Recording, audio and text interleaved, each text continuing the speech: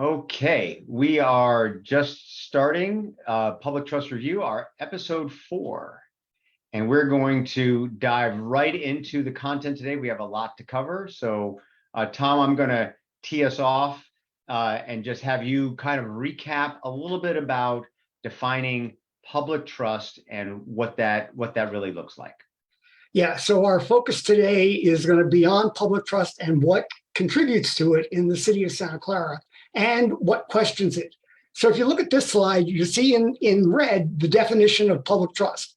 Basically, it's your reliance on your government that they're going to serve your interests all the time, whether they're in public or in private. And in Santa Clara, what we know leads to public trust is what you see in the upper part of that slide. Basically, competence. Do you think the city services are high quality? And ethics. Are you being served to the best of the abilities of your council and the candidates? And that's what we really want to focus on. Are you being served to the best of your ability, best of your government's ability? And that's a decision you have to make. Just to cut you off a little bit here, but just to read the definition. The public's confident reliance that their government works at all times in public and in private only for the best interest of all the people of Santa Clara. That's Santa Clara's definition of public trust. And that's why there's a duty for care, which we talked about in our last program.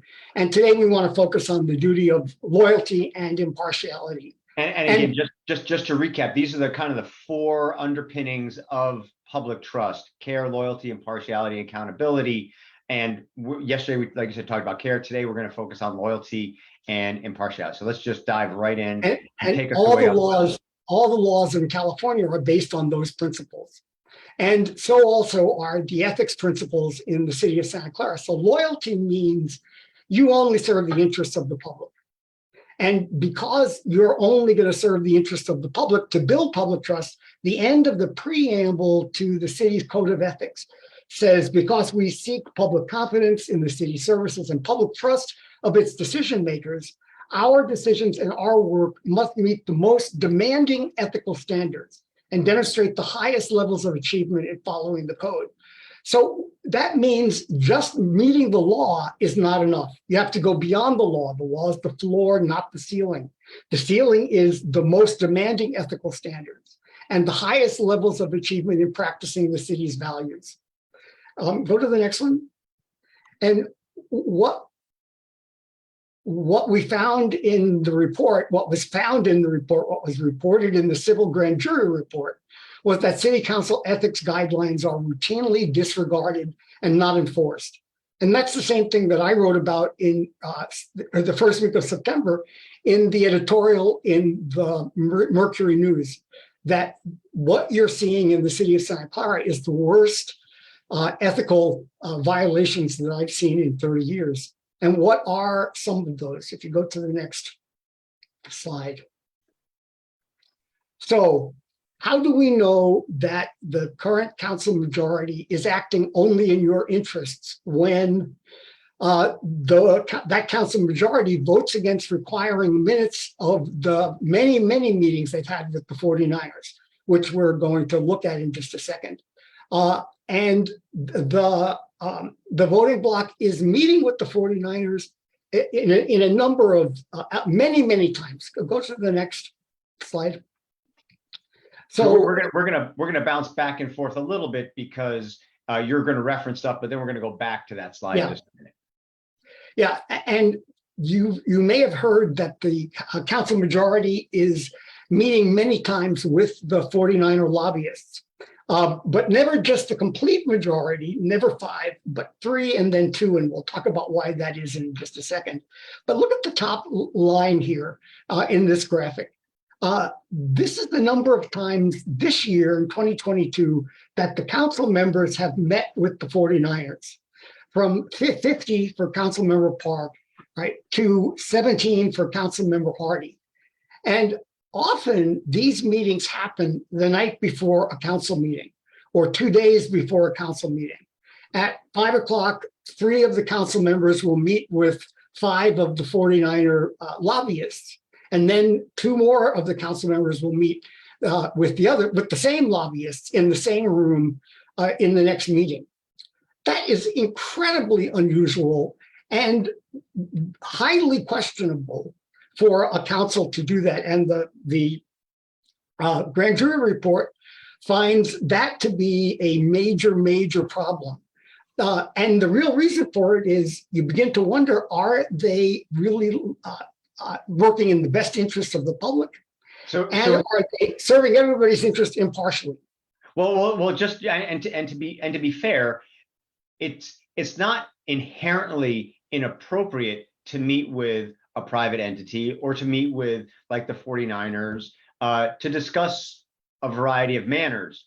What I'm taking away from what you're saying, kind of in summary, is the Brown Act defines specific rules on when council members can meet as a majority, and you can't do that in a non-public setting unless it's closed session, and that's published.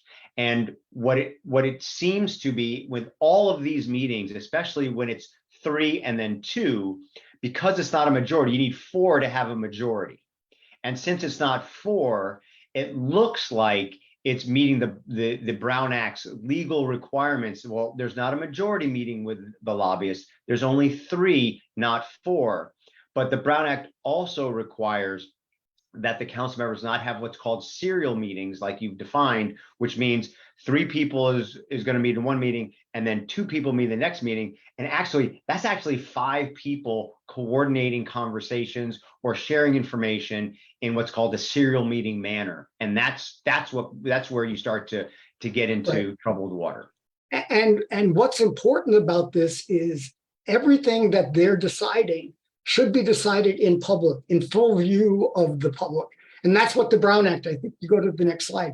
That's let's just go back again, just to recap on the loyalty piece. We'll get to the impartiality one in a moment, but I just want to, I know these two are very tied closely together, and that's why you keep bouncing back and forth, but I just want to close this out to get to the impartiality portion, just so we stay kind of in our zone there.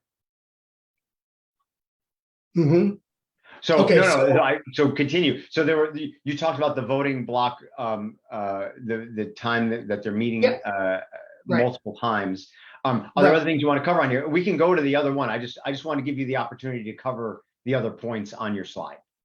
Oh yes. Well, okay. So the problem with meeting with the 49ers, as much as we just showed you, is it raises questions for the public, and questions and doubts are what begin to destroy public trust. So most council people will not do what this council is doing. And people are not recusing themselves from voting when they have, in fact, something that is impeding their independence in making decisions that are good for the public. So if they did do something where there would be a potential conflict, you can always recuse yourself and say, I'm not going to vote on this particular item because I actually have additional information that might, cloud my judgment, appear to conflict my influence. That's right, or my judgment. Right. Okay. Go to I'll move you to the last slide we have here, and you can spend time on this. Yeah, and we can say a couple of other things. So what's this really all about? Does it really make a difference that the council has been meeting with the 49ers?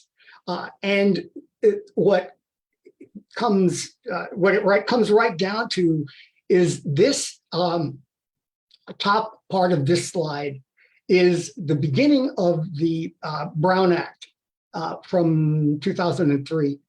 The people of the state do not yield their sovereignty to the agencies which serve them. The people in delegating authority don't give their public servants the right to decide what is good for the people to know and what is good for them not to know. The people insist on remaining informed so that they may retain control over the instruments they have created. And this goes back to what we were just talking about. The care for the people is the result of the fact that this is a representative government, and all political power in California resides in the people. The people delegate their power to their representatives, but expect that they're going to keep, the people will keep track of what the representatives are doing. And what's happening in Santa Clara is they're not. They're not doing it openly the way that they should, so that the people can remain informed, and so that the people can change the course of their government. It's not the government that is in charge; it's the people who are in charge of the government. But we need information. And the Brown Act attempts, or tries to codify the essence or the spirit of, let's make sure we do as much as we can transparently and in open session so that the public is informed of the decisions that you're making and why you're making the decisions that you're making. And I think contrasting that to how the 49er settlement was made recently, where it was a very opaque process. There was not a lot of information. And in fact, that Tuesday when they discussed it in closed session, the city attorney or the assistant city attorney or acting city attorney said there was no action from that meeting, yet the very next day, Wednesday, they announced that the settlement agreement was decided and signed or agreed upon or something like that. So that is to me, as a consumer of this, is a very harsh distinction or clash of what the intent of this law is supposed to show. So go ahead and just take us through those last bullet points before we close out today. Okay, so let me say this. The thing about the Brown Act is it's going to seem to us who have been in businesses and on boards a little crazy, because what it's saying is these 5 people can't agree ahead of time on what's going to happen at the council meeting, because they also need to listen to what the public says, right? And what's happened in many of these meetings, the public has spoken before, but not during the meeting. And what the council has been doing here is they've been doing everything in closed session, which according to the Brown Act happens rarely. But in Santa Clara, closed sessions are happening week after week after week, right? Including the next 2 meetings, which are about the city manager, happening in closed session. So the people can weigh in at the beginning, but not see what happens in the reasoning for the decision. And that is a real problem for public trust and for the Brown Act. So the people are not supposed to leave us alone to do our job, which is what one of the council members said recently. The council is not to be left alone, any council, right? And this council is doing everything in the dark, and we know nothing good grows in the dark. And what's interesting is they talk about wanting transparency, except they're not actually doing it themselves. And that's kind of frustrating to see. And, it's really important to understand why that's so important, is because it's all about data and providing information. So, and what people have to do is trust their eyes and their ears. If you listen to a council meeting or watch a council meeting, ask yourself, have these people coordinated all of this before the meeting? Or are they walking into the meeting and listening to what the public has to say, listening to what each other has to say, and then making an independent judgment, each of them? I find that very doubtful right now when I look at the council meetings, but you have to see what you think. All right, and so we're going to wrap up now. We did create a YouTube channel, and we'd really like to hear, what is a better platform for programs like this, YouTube or Facebook? I've been hearing YouTube is a way to go. So we're gonna maybe not this week, maybe next week, start publishing directly to YouTube rather than to Facebook Live. And that way you can get your information if you want to tune in. There's a subscribe button on all those, but we'll post that in our Facebook page, on the Facebook page, with how to join that channel. Well, and we have it posted, the links are posted on the first page of ethicsforamerica.com. Ethicsforamerica.com is the website that Tom manages and controls, and opinion at ethicsforamerica.com if you have any questions or comments. So that's it for today, and we will see you tomorrow. Tomorrow, same time, 1:30, we're going to be doing our next program. All right. Have an ethical day. Thanks, everybody.